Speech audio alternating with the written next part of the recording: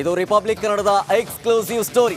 ಲೋಕಸಭಾ ಎಲೆಕ್ಷನ್ನಲ್ಲಿ ಶತಾಯಗತಾಯ 20ಕ್ಕಿಂತ ಹೆಚ್ಚು ಸೀಟ್ ಗೆಲ್ಲಬೇಕು ಅಂತ ಹೇಳಿ ಕಾಂಗ್ರೆಸ್ ನಾನಾ ರೀತಿಯ ಕಸರತ್ತನ್ನ ಮುಂದುವರಿಸ್ತಾ ಇದ್ರೆ ಮೇಲಿಂದ ಮೇಲೆ ವಿಘ್ನಗಳು ಕಾಂಗ್ರೆಸ್ಗೆ ಎದುರಾಗ್ತಾ ಇದೆ. ಅದರ ಭಾಗವಾಗಿ ಇದೀಗ ಲೋಕಕದನ ಹತ್ತಿರವಾಗ್ತಾ ಇದ್ದಂತೆ ಕಾಂಗ್ರೆಸ್ಗೆ ಹಿಂದುತ್ವದ ಆತಂಕ ಶುರುವಾಗ್ತಾ ಇದೆ. ಮೊದಲು ರಾಮ ಮಂದಿರ, ಇದೀಗ ಕೆರಗೋಡು ಕೇಸ್ನಿಂದಾಗಿ ಭಾರಿ ಚರ್ಚೆ ಆಗ್ತಾ ಇದೆ. ಹಿಂದುತ್ವ ಅಸ್ತ್ರವನ್ನ ಬಿಜೆಪಿ ಜೆಡಿಎಸ್ ಮಾಡಿಕೊಂಡಿದೆ. ಲೋಕಸಭಾ ಚುನಾವಣೆಯಲ್ಲಿ ಇದು ಪರಿಣಾಮ ಬೀರೋ ಆತಂಕ ಕಾಂಗ್ರೆಸ್ಗೆ ಎದುರಾಗ್ತಾ ಇದೆ. ಇದರ ಬಗ್ಗೆ ರಿಪಬ್ಲಿಕ್ ಕನ್ನಡಕ್ಕೆ ಅನೇಕ ಕಾಂಗ್ರೆಸ್ ಶಾಸಕರು ಮಾಹಿತಿಯನ್ನು ಕೊಟ್ಟಿದ್ದಾರೆ. ಹಿಂದುತ್ವ ವಿರೋಧಿ ಅನ್ನುವಂತಹ ಜನಾಭಿಪ್ರಾಯದ ಆತಂಕವನ್ನ ಎದುರಿಸ್ತಾ ಇದ್ದಾರೆ ಕಾಂಗ್ರೆಸ್ ನಾಯಕರು. ಬಿಜೆಪಿ ಜೆಡಿಎಸ್ ದೊಡ್ಡ ಮಟ್ಟದಲ್ಲಿ ಇದನ್ನ ತೆಗೆದುಕೊಂಡು ಹೋಗುತ್ತೆ. ತೀರಾ ಹಿಂದುತ್ವ ವಿರೋಧಿ ಹಣೆಪಟ್ಟಿ ಬಿದ್ದರೆ ನಿಜಕ್ಕೂ ಎಲೆಕ್ಷನ್ನಲ್ಲಿ ನಾವು ಅಂದ್ಕೊಂಡಂತೆ 20ಕ್ಕಿಂತ ಹೆಚ್ಚು ಸೀಟ್ ಗೆಲ್ಲೋದು ಅನುಮಾನ ಅಂತ ಹೇಳಿ ಕಾಂಗ್ರೆಸ್ ನಾಯಕರೇ ಆತಂಕವನ್ನ ವ್ಯಕ್ತಪಡಿಸ್ತಾ ಇದ್ದಾರೆ. ಇದು ರಿಪಬ್ಲಿಕ್ ಕನ್ನಡದ ಮತ್ತೊಂದು exclusive political story. Lok Sabha election ಅಲ್ಲಿ 20ಕ್ಕಿಂತ ಹೆಚ್ಚು ಸೀಟ್ ಗೆಲ್ಲಬೇಕು, ಜೊತೆಗೆ ಸೂಕ್ತ ಅಭ್ಯರ್ಥಿಗಳನ್ನ ಕಣಕ್ಕಿಳಿಸಬೇಕು ಅಂತ ಹೇಳಿ ಸಚಿವರನ್ನೇ ಅಖಾಡಕ್ಕಿಳಿಸೋದಕ್ಕೆ ಪ್ಲಾನ್ ಮಾಡಲಾಗ್ತಾ ಇದೆ. ಇಷ್ಟೊಂದು ತಲೆನೋವಿರೋ ಬೆನ್ನಲ್ಲೇ ಇದೀಗ ಕಾಂಗ್ರೆಸ್ಗೆ ಹಿಂದುತ್ವದ ಆತಂಕ ಶುರುವಾಗ್ತಾ ಇದೆ. ಮೊದಲು ರಾಮ ಮಂದಿರ ವಿಚಾರ ಆಯಿತು. ರಾಮ ಮಂದಿರ ಪ್ರಾಣ ಪ್ರತಿಷ್ಠಾಪನೆ ಆಗುವಂತಹ ಸಂದರ್ಭದಲ್ಲಿ ಮೊದಲು ನಾವು ಹೋಗೋದಿಲ್ಲ ಅಂತ ಹೇಳಿದ್ರು. ಅದಾದಮೇಲೆ ಈಗ ಹೋಗೋದಿಲ್ಲ, ಆಮೇಲೆ ಹೋಗ್ತೀವಿ ಅಂತ ಹೇಳೋಕೆ ಶುರು ಮಾಡಿದ್ರು. ಅದಾದಮೇಲೆ ಇದೀಗ ಕೆರಗೋಡು ಹನುಮ ಧ್ವಜ ವಿಚಾರಕ್ಕೆ ಸಂಬಂಧಪಟ್ಟಂತೆ ಕಾಂಗ್ರೆಸ್ ಇದೀಗ ಭಾರಿ ಚರ್ಚೆಗೊಳಗಾಗ್ತಾ ಇದೆ. ಹೀಗಾಗಿ ಲೋಕಸಭಾ ಎಲೆಕ್ಷನ್ ಹತ್ತಿರವನ್ನ ದೃಷ್ಟಿಕೋನದಲ್ಲಿ ಇಟ್ಕೊಂಡು ಹಿಂದುತ್ವ ಅಸ್ತ್ರವನ್ನ ಬಿಜೆಪಿ ಜೆಡಿಎಸ್ ಪ್ರಯೋಗ ಮಾಡ್ತಾ ಇದೆ. ಗಮನಿಸ್ತಾ ಇದ್ದೀವಿ. ಈ ಒಂದು ಹೋರಾಟವನ್ನ ಇಡೀ ರಾಜ್ಯಾದ್ಯಂತ ವಿಸ್ತರಿಸುವುದಕ್ಕೆ ಮತ್ತೊಂದು ಕಡೆ ಬಿಜೆಪಿ ಪ್ಲಾನ್ ಅನ್ನ ಮಾಡ್ಕೊಳ್ತಾ ಇದೆ. ಇದು ದೊಡ್ಡ ಮಟ್ಟದಲ್ಲಿ ಚರ್ಚೆ ಆಗ್ತಾ ಇದೆ.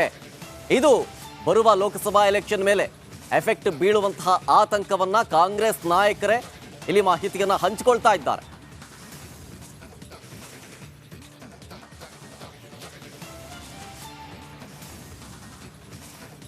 ಹಿಂದುತ್ವ ವಿರೋಧಿ ಅನ್ನುವಂತಹ ಅಭಿಪ್ರಾಯ ಮೂಡ್ಬಿಡುತ್ತೆ ಅನ್ನುವಂತಹ ಆತಂಕವನ್ನ ಕಾಂಗ್ರೆಸ್ ನಾಯಕರು ರಿಪಬ್ಲಿಕ್ ಕನ್ನಡದ ಜೊತೆಗೆ ಮಾಹಿತಿಯನ್ನ ಹಂಚಿಕೊಳ್ತಾ ಇದ್ದಾರೆ. ಬಿಜೆಪಿ ಜೆಡಿಎಸ್ ಈ ಒಂದು ವಿಚಾರವನ್ನೇ ಇಟ್ಕೊಂಡು ದೊಡ್ಡ ಮಟ್ಟದಲ್ಲಿ ಹೋಗುತ್ತೆ. ಅದರ ಭಾಗವಾಗಿ ಈ ಕೆರಗೋಡಿನಲ್ಲಿ ಆದಂತಹ ಒಂದು ಪಾದಯಾತ್ರೆ ಇದೆಯಲ್ಲ, ಅದನ್ನ ರಾಜ್ಯಾದ್ಯಂತ ವಿಸ್ತರಿಸೋದಕ್ಕೆ ಪ್ಲಾನ್ ಮಾಡ್ಕೊಳ್ತಾ ಇದೆ. ಹನುಮ ಪಾದಯಾತ್ರೆಯನ್ನ ಹಮ್ಮಿಕೊಳ್ತಾ ಇದೆ ರಾಜ್ಯಾದ್ಯಂತ. ಹೀಗಾಗಿ ಈ ಒಂದು ನಡೆಯಿಂದಾಗಿ ಬಿಜೆಪಿ ಜೆಡಿಎಸ್ನ ಈ ನಡೆಯಿಂದಾಗಿ ತೀರಾ ಹಿಂದುತ್ವ ವಿರೋಧಿ ಹಣೆಪಟ್ಟಿ ಬಿದ್ದರೆ ನಿಜಕ್ಕೂ ಕಷ್ಟ ಆಗುತ್ತೆ ಅಂತೇಳಿ ಇದೇ ವಿಚಾರವನ್ನ ಮುಖಂಡರ ಗಮನಕ್ಕೆ ಕೈ ಶಾಸಕರು ತಂದಿದ್ದಾರೆ.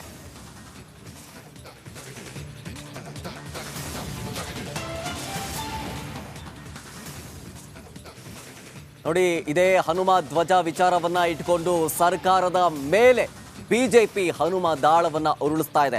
ಇದೇ ವಿಚಾರಕ್ಕೆ ಸಂಬಂಧಪಟ್ಟಂತೆ ಈ ಒಂದು ಪ್ರತಿಭಟನೆಯನ್ನ ಇಡೀ ರಾಜ್ಯಾದ್ಯಂತ ವಿಸ್ತರಿಸೋದಕ್ಕೆ ಬಿಜೆಪಿ ತಂತ್ರವನ್ನ ಹೆಣಿತಾ ಇದೆ. ರಾಜ್ಯಾದ್ಯಂತ ಹನುಮ ಪಾದಯಾತ್ರೆ ಮಾಡೋದಕ್ಕೂ ಕೂಡ ನಿರ್ಧಾರವನ್ನ ಮಾಡಲಾಗಿದೆ. ಈಗಾಗಲೇ ಹೇಳಿದೆ ನಾನು ಇದ್ರ ಬಗ್ಗೆ. ಹನುಮ ದಾಳದಿಂದಲೇ ಚುನಾವಣೆಯ ಕಿಚ್ಚು ಹಚ್ಚೋದಕ್ಕೆ ಬಿಜೆಪಿ ತಂತ್ರವನ್ನ ಹುಡ್ತಾ ಇದೆ. ಮಂಡ್ಯದಲ್ಲಿ ಮನೆ ಮನೆಗೆ ಹನುಮ ಧ್ವಜ ಅಭಿಯಾನವನ್ನ ಇವತ್ತು ಶುರು ಮಾಡ್ತಾರೆ. ಮನೆ ಮನೆಗೆ ಹನುಮ ಧ್ವಜವನ್ನ ಕಟ್ಟೋದಕ್ಕೆ ಇವತ್ತು ಚಾಲನೆ ಸಿಗುತ್ತೆ. ಮಂಡ್ಯ ಸೇರಿದಂತೆ, ಕೇವಲ ಮಂಡ್ಯ ಮಾತ್ರ ಅಲ್ಲ, ಮಂಡ್ಯನೂ ಸೇರಿ ರಾಜ್ಯಾದ್ಯಂತ ಈ ಒಂದು ಪ್ರತಿಭಟನೆಯನ್ನ ವಿಸ್ತರಣೆ ಮಾಡೋದಕ್ಕೆ ಪ್ಲಾನ್ ರೂಪಿಸಲಾಗ್ತಾ ಇದೆ. ಹೀಗಾಗಿ ಇವೆಲ್ಲವೂ ಕೂಡ ಅಂದ್ರೆ ಕೆರಗೋಡು ಅಸ್ತ್ರ ಇದೆಯಲ್ಲ, ಹನುಮ ಧ್ವಜ ವಿಚಾರ ಇದೆಯಲ್ಲ, ಇದು ಇಲ್ಲಿಗೋ ನಿಲ್ಲೋದಿಲ್ಲ. ಕೆರಗೋಡು ದಂಗಾಲ್ ಇಡೀ ರಾಜ್ಯಾದ್ಯಂತ ವಿಸ್ತರಿಸುತ್ತೆ.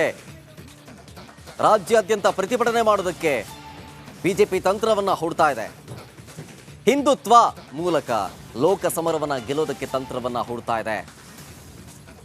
ಅದರಲ್ಲೂ ಪ್ರತಿ ತಾಲೂಕಿನಲ್ಲಿ, ರಾಜ್ಯಾದ್ಯಂತ ಅಂದ್ರೆ ಪ್ರತಿ ತಾಲೂಕಿನಲ್ಲೂ ಕೂಡ ಹನುಮ ಪಾದಯಾತ್ರೆಯನ್ನು ನಡೆಸೋದಕ್ಕೆ ನಿರ್ಧಾರವನ್ನ ಮಾಡಿದೆ ಬಿಜೆಪಿ.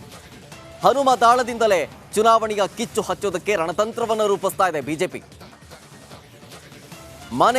ಪ್ರತಿ ಮನೆಗೆ ಹನುಮ ಧ್ವಜವನ್ನ ಕಟ್ಟೋದಕ್ಕೆ ಇವತ್ತು ಚಾಲನೆಯನ್ನ ಕೊಡ್ಲಿಕ್ಕಿದ್ದಾರೆ. ಮಂಡ್ಯದಲ್ಲಿ ಇದಕ್ಕೆ ಚಾಲನೆ ಸಿಗೋದ್ರ ಜೊತೆಗೆ ಇಡೀ ರಾಜ್ಯಾದ್ಯಂತ ಈ ಒಂದು ಪ್ರತಿಭಟನೆಯನ್ನ ವಿಸ್ತರಣೆ ಮಾಡುವಂತಹ ಪ್ಲಾನ್ ಅನ್ನ ಭಾರತೀಯ ಜನತಾ ಪಾರ್ಟಿ ಇಟ್ಕೊಂಡಿದೆ.